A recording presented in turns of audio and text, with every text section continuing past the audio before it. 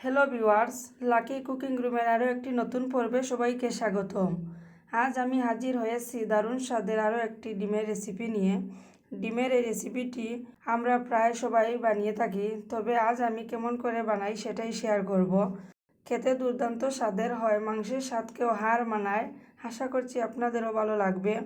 আমার চ্যানেল এখনও সাবস্ক্রাইব করা না থাকলে আমার চ্যানেলটি সাবস্ক্রাইব করার অনুরোধ রইল এবং ফেসবুক থেকে যারা দেখছেন পেজটা ফলো দিয়ে রাখবেন। এখানে আমি 7টি ডিম খোসা ছাড়িয়ে ভালো করে পরিষ্কার করে নিয়েছি। ডিমগুলোকে একটুখানি কাট লাগিয়ে নিচ্ছি। কাট লাগানো হয়ে গেলে 1 চিমটি হলুদের গুঁড়া, 1 চিমটি লঙ্কা গুঁড়া দিয়ে ডিমগুলোকে ভালো করে মেখে নিচ্ছি। এখানে আমি কোনো প্রকার লবণ অ্যাড করছি না, তার কারণ ডিমগুলো ভাজার সময় ফেটে যেতে পারে, তাই লবণ ছাড়াই মেখে নিচ্ছি। চুলায় একটি প্যান বসিয়ে দিয়ে দিচ্ছি 1 কাপ পরিমাণ রান্নার তেল। তেলটা গরম হয়ে আসলে দিয়ে দিচ্ছি ডিমগুলোকে হালকা করে ভেজে নিতে হবে। আমি একটু পরপর নাড়াচাড়া দিয়ে ডিমগুলোকে ভেজে নিচ্ছি।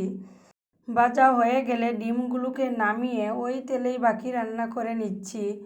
এখানে ফোড়নের জন্য দিচ্ছি 2টি দারচিনি, 2টি এলাচ, 2টি লবঙ্গ, 1টি তেজপাতা। ফোড়নগুলোকে একটু ভেজে নিচ্ছি। এই পর্যায়ে দিচ্ছি পেঁয়াজ কুচি। আমি এখানে বড় সাইজের 4টি পেঁয়াজ নিয়েছি। পেঁয়াজগুলোকে নাড়াচাড়া দিয়ে ভেজে নিচ্ছি। বেশি কড়া করে ভাজা যাবে না, হালকা ব্রাউন করে ভেজে নিতে হবে। পেঁয়াজগুলো ভাজা হয়ে গেলে অ্যাড করছি 1 চামচ রসুন বাটা, 1 চামচ আদা বাটা। এগুলোকেও একটুখানি ভেজে নিতে হবে যাতে এর কাঁচা গন্ধ ভাবটা চলে যায় আর সুন্দর একটা ফ্লেভার আসে। এবার একে একে অ্যাড করছি গুঁড়া মশলা। ঝালের জন্য দিচ্ছি 1 চামচ লঙ্কা গুঁড়া। আপনারা যেমন ঝাল পছন্দ করেন সেই অনুযায়ী দিবেন। 1/2 চামচ হলুদের গুঁড়া, 1 চামচ ধনিয়া গুঁড়া, 1/2 চামচ গরম মশলা গুঁড়া। এর সঙ্গে অ্যাড করছি অল্প একটু জল। এবার নাড়াচাড়া দিয়ে মশলাগুলো কষিয়ে নিচ্ছি। এই পর্যায়ে অ্যাড করছি 2টি টমেটো কুচি, স্বাদ মতো লবণ। এগুলোকে নাড়াচাড়া দিয়ে মিশিয়ে নিচ্ছি। মশলাটা শুকনো শুকনো হয়ে গেছে, তাই এখানে আরও অল্প একটু জল অ্যাড করছি। এখন ঢাকনা দিয়ে ঢেকে রাখবো 2 মিনিট।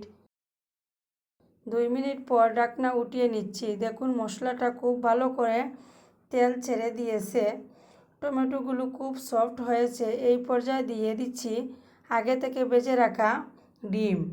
নাড়াচাড়া দিয়ে ডিমগুলোকে ভালো করে মশলার সাথে মিশিয়ে দিয়ে দিচ্ছি 2 কাপ গরম জল।